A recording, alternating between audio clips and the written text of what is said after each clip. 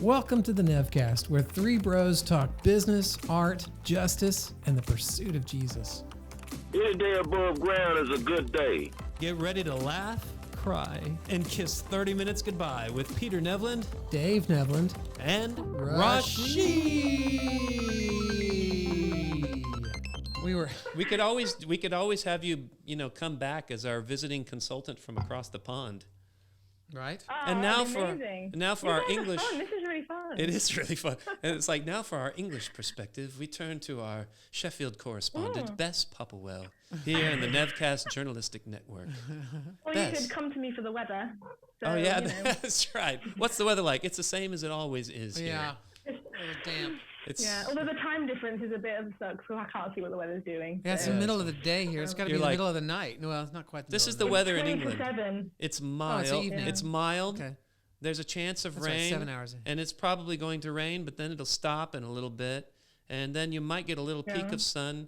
And then it'll continue being overcast and mild. And it'll sometimes rain and sometimes, but it's pretty much the same all the time. You know, we're talking about the Pretty much the difference same. between saying Amos and Amos, because we like Amos. It's like we don't move our mouth when we say Amos, but they say Amos. You don't have to move your mouth. So when I was 17, I was on a missions trip in Latvia, actually, and I like the mission trip. well, because it was interesting what it turned out to be. I mean, what is a missions Dave trip? does things with his fingers, see? All of life is a missions trip. Wow, what's that? Is that a horns? That's a rock and roll quote. That's a rock and roll quote. Rock and roll quote. I'm going to use that. All of life is a gonna use missions trip. Mission trip. Yeah, there we go. So Why aren't we? Are we recording? part of this? We're recording. We're back again. Hey, part- welcome to the Nevcast. Oh, Here are we we? are doing I thought- air quotes I was just gonna tell and a story horns in the quotes, middle. rock and roll quotes. Dave's telling a story, so let's listen in. We're back with Bess Popplewell. There she is. She's here from Sheffield, England. We're going to talk more about stuff, but first, Dave has a story he wants to talk about. Go, Dave. So we were staying in this guy's barn. We were out off the I know this edge. story. I stay in this guy's barn in Latvia, in the countryside of Latvia, and 'cause Eating they didn't tomatoes and cucumbers. have tomatoes and cucumbers. That's what salad was. Nice. Tomatoes and cucumbers. It's rock and roll salad. Rock and roll salad, yeah. Well, and that was rock and roll salad because 'Cause you we were- did play at were a band. We ended up being a band, but that's a different story. That's not the story I'm telling right now. But while we were staying in this guy's barn, sleeping in the hay, there was a group from England, a group of young youth kids that also came on a missions trip from England, and they stayed in the barn too.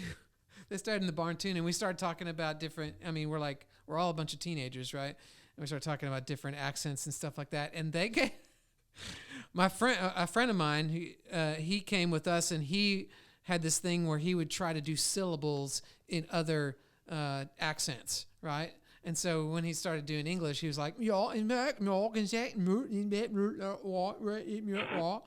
so that's what his impressions on English syllables. It was like sounds. distorted Dick Van Dyke. Something is basically like, what it was. Something like that. So then we had one of the girls Poor started doing Cockney imitation. So one of the girls started doing her impression of American accents, just doing syllables, and all she did is start mumbling. She just started started mumbling. Like, she's like, when I listen to Americans talk, it's like everything is all kind of run together. You know, It's interesting. So that was the difference between Amos, and Amos. Amos, Yeah, because we don't like to move our mouths. When we say My Amos. roommate in Right, so Germany. that's the story. My roommate in Germany said that when he heard like people it. speak, either Americans or English people speak, he said we all sound like snakes because he hears so many S's everywhere. That's what people in Germany hear. Really? Maybe that's why they don't trust us. Wow. Well, I see when you hear German people talk, you think they're fighting. Well, I mean, it's just like you are holding all the sounds very much in the back of your throat, and so it's very difficult to be sounding like you are very nice and smooth and butterflying, It's like we are understanding how we are speaking this way, but like the rest of people, like they are not knowing where the sounds are coming from, because when you are speaking German, you have to use different parts of your mouth. And when you It's listen to very different. Chinese, it's all like a song. It's like so tonal. Thai and, is everything even just more flows so. together. Thai is like that. It's like ผมพูดภาษาไทยครับ You know, I was like, I heard these girls, they would be like, Peter, when these guys, they'd tell me, they're like, Peter, the girls here, they think your voice sounds so sexy. I was like, are you serious? I feel like the most effeminate that I've ever felt in my life speaking Thai because of the tones and how I'm like, you know, speaking so high and low. Apparently I have issues with stereotypes of effeminate things. We all do. I don't know. We all do. Yeah, whatever. Anyway, hey, it's Bess. You're back for episode 2. All right. You're still Hi. here. Let's get into it. I am still here. The brothers yeah. Nev, we just kind of go off and start talking. And The things. law. I love it. The law and Down syndrome. Isn't it amazing? We just assume people will want to listen to us. No, well, we kind of assume that. We were just told kind of- that. That's why we're doing this. Yeah. Our friend told us that We people should would. listen to other people. Let's listen to Bess. All right. Yes. So Bess, hey. Pressure. Yeah, I know, right? Hi. Back from Sheffield. So you've told us, just to recap, if you didn't see episode 1, I don't know why, for the 2 people that watch episode 2 without having watching episode 1, and that's out of 15 total. So Bess, you got married, you had a beautiful daughter, then you have a son, Amos, this wonderful son, and he has Down syndrome, and you said he's just this gift from God, has changed your perspective. He's full of this joy. People just come and sit with him because they want to be refreshed in their spirits just by being with him because he's got something special about him. Can you tell us what your reaction was when first you heard of this court case, which I think was pretty big news in England and probably pretty big news to you? You can tell me if it wasn't, but there was a lady, and she herself had Down syndrome, and she was married, which that blows people's minds all at once, first off. And then she took the English law, basically took the English law to court and said that it was discrimination because apparently you can, how they say, terminate or abort a pregnancy, a child, 22 weeks into the pregnancy for a normal child. But if you find out before the child is born that it has Down syndrome, whether it's a boy or a girl, you're able to end the pregnancy, terminate, abort, whatever other words you want to throw in there, that pregnancy all the way up until the day before it's born. Is that correct? And so she said, hey, she didn't say, I want to stop all abortion. She said, this law that allows you to terminate Down syndrome pregnancies is discriminatory because it causes people to believe that people with Down syndrome are less valuable than people that don't have Down syndrome. Is that's basically what happened? That is a very good summary. Yeah. Okay. So what was your reaction when you first heard of this before the court case even went to the courts, or it went into the courts? It got into the news. The first you heard of it, what was your thought? So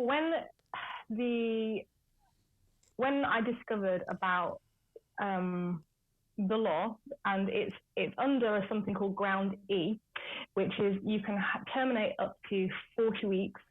If there's 40, substantial 40? risk, 40, so full term. Yeah. Full time. If there's substantial risk that a child would be born and suffer from physical or mental abnormalities as to be seriously handicapped. I'm just putting that because that's the term that has been challenged. And those are not rock and roll quotes, because those are they're not rock and roll. No, ones. that's just they a are. regular type. That is if you read the judgment, that it is in those in what are they? Inverted. It's just legal language. Legal language. Yeah. So when I found that out, probably when Amos was about 4 months old, very, very new still to us, and I just it's not an abortion issue. It is a equality issue. Okay. Yeah. When I discovered, whatever your thoughts on abortion, it's not about whether or not abortion is right or wrong. It is whether or not Down syndrome is classed as seriously handicapped, and whether or not a termination on a child. Okay, so I'll go back a bit. So Down syndrome is a binary diagnosis. You either have it or you don't. Right. And how that extra chromosome affects somebody is so varied. So we have people with Down syndrome who've learned 10 languages and can play 5 instruments and have gone to college and university. And we do have some who do take a lot longer to learn stuff and can't do as many things. And so to be able to categorize everyone under the same title of seriously handicapped, when you cannot guarantee what the outcome of your child's extra chromosome, is a bit discriminatory. Well, but we have normal children, or quote unquote, normal children that don't have that don't have the extra chromosome, that learn 10 languages and play 5 instruments and do all sorts of amazing things. And then we have other ones who seriously struggle to learn and to progress. And a lot of it has to do with who's caring for them and how they're caring for them too. Yeah. And so, I mean, it's like, I mean, Sorry, continue. It doesn't really make sense. No, it doesn't really make sense. Now, it is, there are 3 conditions that are grouped together in the testing that happens, the prenatal testing. So there is Down syndrome, there is Edwards syndrome, and there's Patau's. And they're all chromosome, I think it's chromosome 13, 18, and 21, I think. Okay. Down syndrome is a 3rd copy of the 21st chromosome. Now, the Edwards and Patau's are quite life-threatening conditions. And the fact that they are all grouped together in the same way is quite a hard thing for the Down syndrome community to kind of get their head around, because the quality of life for people with Down syndrome over the last few decades has just improved significantly. Their life expectancy has gone up, and they are in, our kids are in mainstream schools and are able to do all sorts of stuff. Right. That's not to say that everyone can. So I think that the legal battle was about grouping or naming Down syndrome under the severely handicapped title. Right. And I was a little bit sad. I say a little bit because I don't really understand the ruling itself, that it's going to have to go to appeal. It feels like, what's going on here? Why can't you see what the thing is? But then I'm not a legal person, and I don't know if there was something that needed to be addressed on a wider scale. But it was a very sad day for the Down syndrome community, because it was a really good fight, and it just feels a bit demoralizing and a little bit like our kids matter too, and our community matters, and there's just a lot of fear around not knowing stuff. And I think that until the Down syndrome community is more in not in the light, I don't want to steal the spotlight and say we are the best, I'm not saying, but actually I think because for years and years, the Down syndrome community has had to fight quite hard to be heard. It's until they're heard more and people are less afraid of what they don't know. I think we're going to have to keep fighting for a little bit longer to be heard, unfortunately. It was the court basically said that we're not going to rule on this. We're not going to change this. It's up to the parliament to change it, basically. Isn't that right? They said it was, said, although we feel the emotion of the Down syndrome community and you, ma'am, for bringing this. I can't remember what her name was. Do you remember what her Heidi name was? Crowther. Heidi Crowther, which, I mean, golly, the guts, the courage of this lady. She is absolutely incredible, and she is just fearless, such a fantastic speaker. I'm inspired by her. It makes me want to be more like her, type of thing. Makes me want to be more human. Makes me want to be more the way God made me, because God made her, gave her something special. Yeah. Right. Yeah. And anyway, but they said we can see your emotion. However, this is not a question of law. According to the law, this is the way it is. And so this is a matter for Parliament to decide. To change the law. But they not. had the opportunity to say, no, the law is actually discriminatory, but they basically copped an out and said, well, we just don't want to get into the emotions of it. And it's like, no. To me, I've thought this is like an open and shut case. And you guys are just, you have absolutely no courage. You have absolutely, because this is isn't this what the courts are supposed to do? You think about it. What were judges actually originally intended for? You come and you speak your story out. The judge hopefully hears your story, right? Can feel your story with you, and then gives you justice. Right. And this is a matter where justice was clearly denied because the guy's hiding behind, well, I just have to be a judge and enforce the law, and I can't really decide that this is an injustice that's happening. Because the court can't, in America, the court can strike the law down. They can strike the law down, but they can also tell the legislature to take it up and change it, or to take it up again. Mm-hmm. Right? They can dictate to the legislature to take it up. But see, the English, I think that's different because we have one document called the Constitution, right. by which everything else is supposed to be judged. Right. It's not always, but it's supposed to right. be. And where in England, it's living. The only document that you can point back to that they have that's like the one document is the Magna Carta. And that's just basically saying hey, we as nobles have the right to vote too. It's not just the king. Yeah. And that's all that says. It doesn't say anything about how these cases are decided. So they have a different legal system. Their legal system is all based on precedent. Case law versus constitutional law. Yes, it's all case law. And so somehow, as the barristers, the attorneys, they have to figure out a way to find a precedent somewhere in order for the courts to do it. Otherwise, the Parliament does it, and the courts really kind of just uphold the law.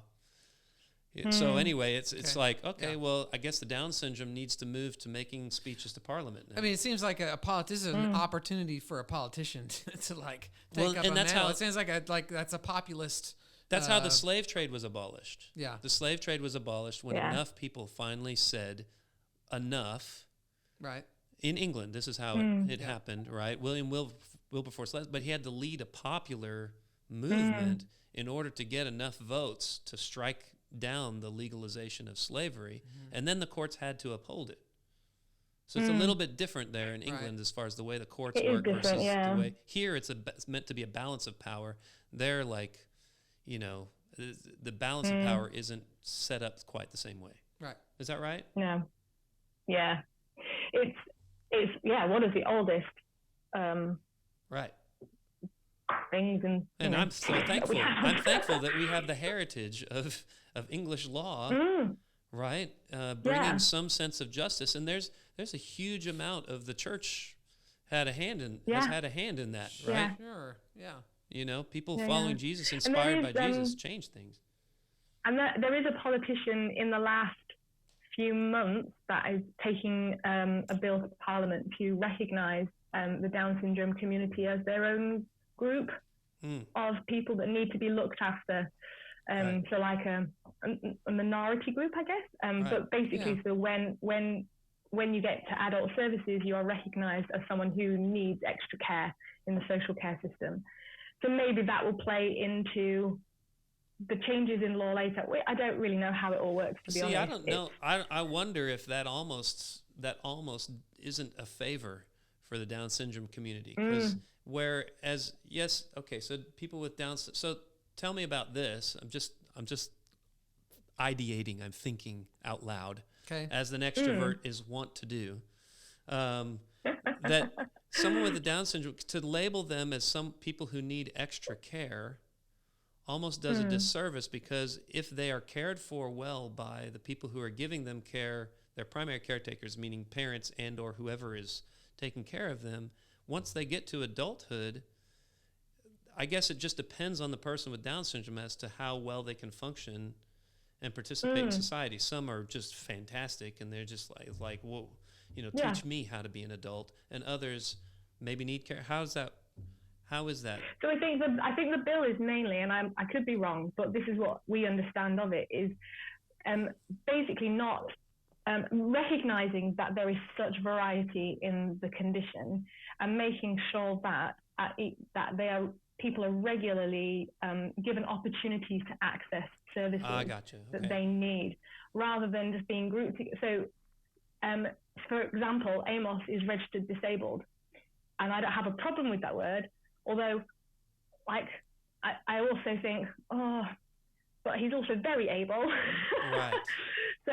But in order to get extra support that we do need, having that disabled label is actually very, very helpful. But as he gets older, being kind of under a bill that says, actually, can we just keep an eye out for Amos, because there are these things that he might come across as he gets older, and therefore we need to make sure that the things are in place to give him his independence and to give him what he needs. And it might be that he doesn't need very much of it. It might be that he needs more than somebody else. But I think it's more recognizing that as a community, there is so much variety, and it's just making sure that people are aware that there might be things that our young people need and going into adulthood. That sounds awesome, because society works so well when we recognize there are people here that need to be protected and cared for. Yeah. And we need to give extra care to, and I want to, this is I'm going to put my own spin on that. They need to be given extra care to, because they actually have something special that we as a society need.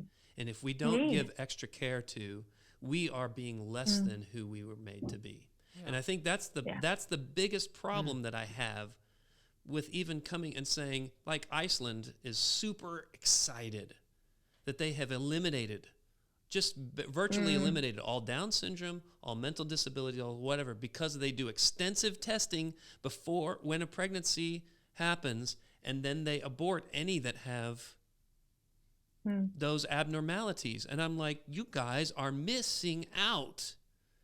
Like, there are these precious gifts that God wants to give you in these children that are different and that need extra care.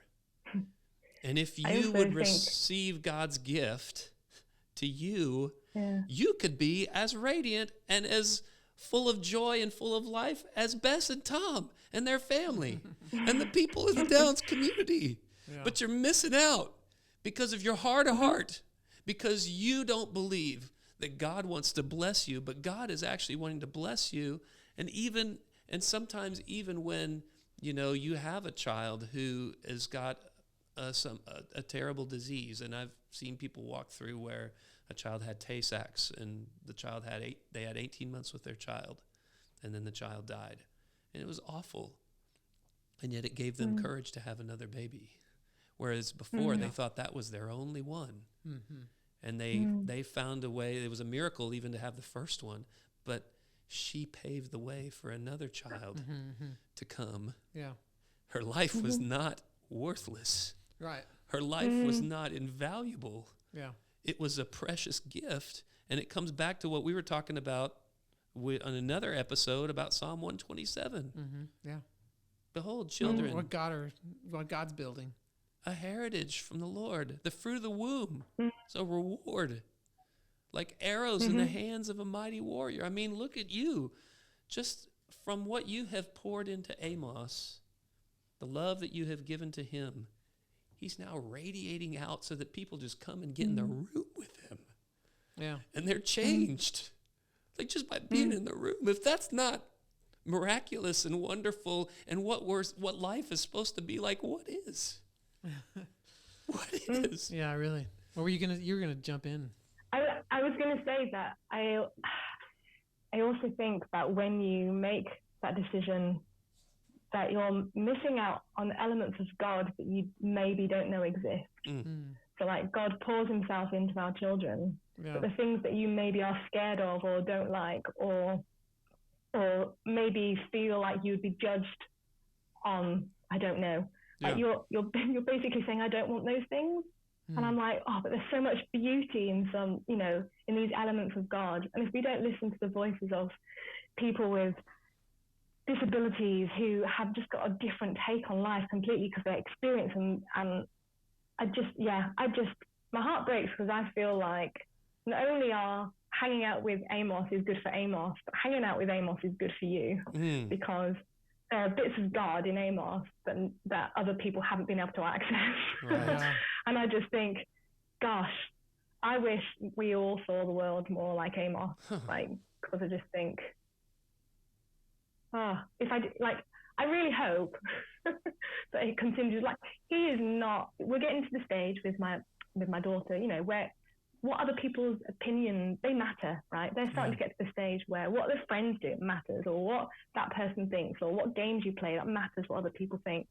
And Amos just does not care. He is just Amos, and he will give you a hug or try and dangle from your trouser belt because it's fun and he's trying to make you laugh, or because he wants to snack and be a bit cheeky. And I'm like, there's just an element of playfulness and I'm like, oh yeah, unfiltered joy. I guess that's a really great phrase. Just like that you cannot access if you decide that you don't want it. Like you just say so yeah, I think that it's the unknown that scares people, and it's naturally our brains can't deal with or don't know how to process things we're not used to.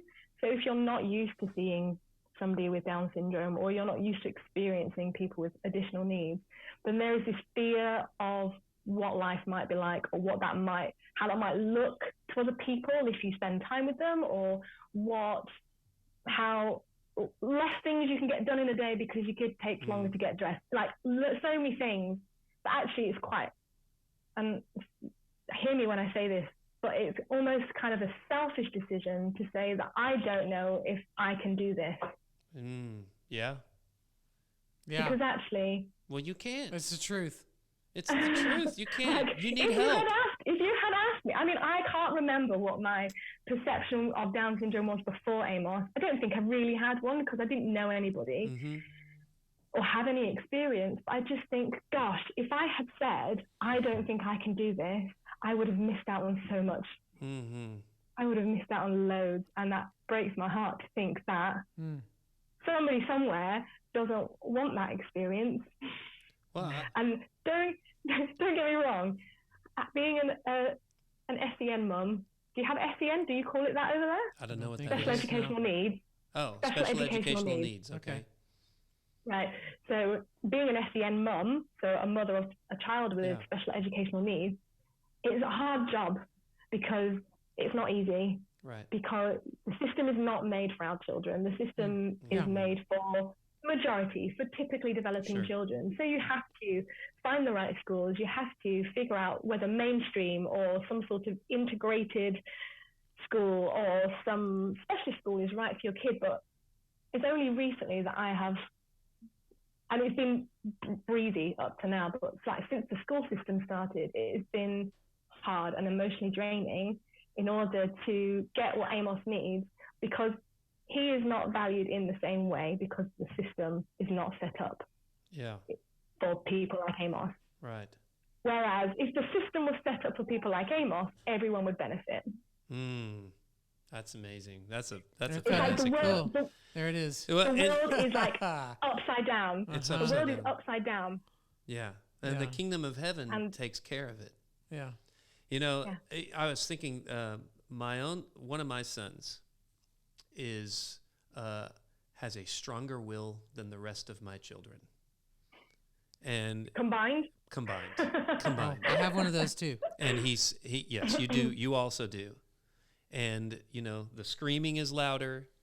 The some of the training issues are more difficult. The obeying, you have to do things differently for him. And he would be in the class of typically developing children. He's brilliant. He's so smart and he's so adorable and so cuddly. And when you listen to what he's asking you for and give him that and find a way to give him that before that fear is triggered, he's the most incredible kid. But I have to change. And it has forced us to go to God and ask God for more help than in any of our other kids. And just like you were saying, if we didn't have him, we would be missing out on something that God wants to do in our hearts and on something that God wants to do to the world, to give our little boy as a precious gift, as an arrow in the hand of a mighty warrior, to send out with love, with God's love and God's perspective and a whole new way of seeing things into the hearts of people who need his perspective and the way that God wants to give it. And I just think that, that is the journey of a parent, is to start saying no to your own selfishness and what you want, and to start opening yourself up to things that you didn't even know were good things that existed. And it starts with a relationship, and then it gets even more when you get married, and then it gets even more with every child that you have to keep dying to your selfishness and saying yes to God. Please come and live through me. Please come and put me on and show me your heart more clearly, because clearly I haven't seen it well enough by now, and I need to see it, and I need to be loved and cared for in the way that you want to care for me through my kids, but so that I can care for them and so that I can love them like you're wanting to change me. Like, that's good. Like, that's just fantastic. I love that perspective. Thank you, Bess. Thanks. Thank you very much. You're very welcome. I mean, and you know what? It's good to meet you. It's inspiring to meet you. We need to meet Amos. Oh, do you want me to see if he's available? Well, you could, but I'm just thinking maybe we need to do another one where we meet Amos. Probably slightly earlier on in the daytime. He certainly will just go, no, at the TV if I take it away from him. So. Oh, right. That's okay. It's okay. You don't have to this time. Have you got Hey Dougie over in the States? Hey Doggy? Have you ever heard of it? Dougie? Hey Dougie. No. He is a I don't dog. think we do. Yeah. We don't have Well, we might. It's probably around on Amazon or Netflix. He's basically a dog scout leader, but it's Amos's favorite program. So if I took that away from him now, then... Yeah, I've experienced that kind of thing. Have you ever experienced that, Dave? Yes. Yes, you know what she's talking about. Yes. Right. So when you say, people with Down syndrome, they're always happy until you take away Hey Dougie. Don't do it.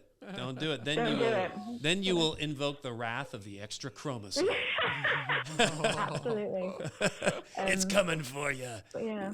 No, I don't have enough chromosomes to defend myself. I'm only a normal person.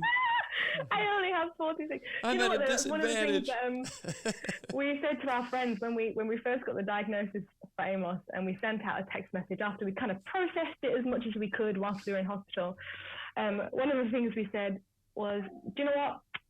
He's got 46 chromosomes that come from, this is from Tom, from me and Bess, which will get him into all sorts of trouble. And the 47th one, we can pretty much guarantee what we need to look out for there. So I think the 46 ones will actually cause him more trouble. So I was like, good point. Yeah. If you didn't have that extra one, it is just half me, half Tom, and that's all sorts of problems. That one saves him from the other 46. Oh no! From what you've said, he's got a whole lot of you guys, and what a blessing that he has you guys to take care of him, and what a blessing it is that you guys have him to change your lives, to change all of our lives. I feel like people say that to me, and it's so lovely when they say that he's so lucky to have us, but it's really the other way around to us. Sure. Sure. Really, like, both to Alfred, and Alfred is the best big sister. Like, I couldn't have asked for a better sibling. But that's the beauty of relationships. And when we had Alfred, we were just like, gosh, we're having another baby. How can we top this one? Like, because she was just amazing. And she is amazing. I'm talking about her in the past tense. That's not good, is it? But like, when we only had Alfred, you can't imagine the next kid and how that's going to work. But you know what? There is so much love there, and it's different, and it's beautiful, and they work so well together, and it's just, God is so good. You know, when just to come back to just to tie this all up, I just had this thought. Psalm 127, when it says, "Unless the Lord builds the house, the builders labor in vain." Right? When we build physical houses, they basically just serve us. The relationship goes one way. Yep. When the Lord builds houses, the relational beauty just goes everywhere. Like your children bless you, you bless your children, they bless other people in the community. Yeah. The people in the community bless you. Yeah. Like everything is better. Like God's gifts are more than bonds. exponential. They're like Yeah. 360-degree, full-time, past, present, and future, just explosions Multi-dimensional, of love. metaversal. Metaversal, love explosions of his goodness that just completely transform our entire lives. Like, who doesn't want that? Yeah. When you look at it that way, when your eyes get open to see it that way, you just go, what a blessing, what the precious, how wonderfully gifted we are to be able to live this life with God and not without him, where he just keeps pouring out goodness that we just can't contain. In his design. Come on.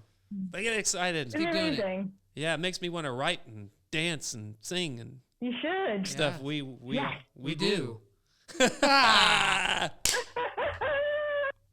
The brothers, the Nevcast. Well, next time you have to come back and you have to meet our other brother Rashi, and we'll have to meet Yay, I Amos, love that. and we'll get more from yeah. our Sheffield correspondent, Bess Popplewell. Cool. Anytime. Cool. Awesome. Thanks for Yeah, having me, they guys. see, they're happy.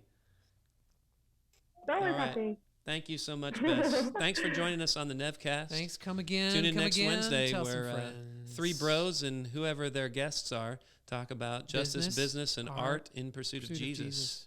Because he's worth pursuing. Yeah. That's it for the Nevcast this time. Join us next week when we talk justice, business, and art in pursuit of Jesus. We will see you soon.